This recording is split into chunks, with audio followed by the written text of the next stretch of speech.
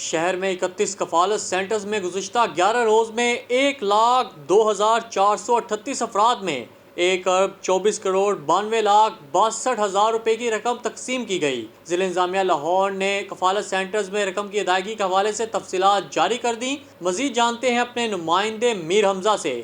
حمزہ بتائیے گا کیا تفصیلات جاری کی گئی ہیں؟ جی بالکل ذیشان، شہر میں 31 احساس کفالت سینٹرز بنائے گئے ہیں اور عوام میں رقم بھی تقسیم کی جا رہی ہے۔ گزشتہ 11 روز کی بات کریں تو 1,02,438 افراد میں 1,24,92,62,000 کی رقم تقسیم کی گئی ہے۔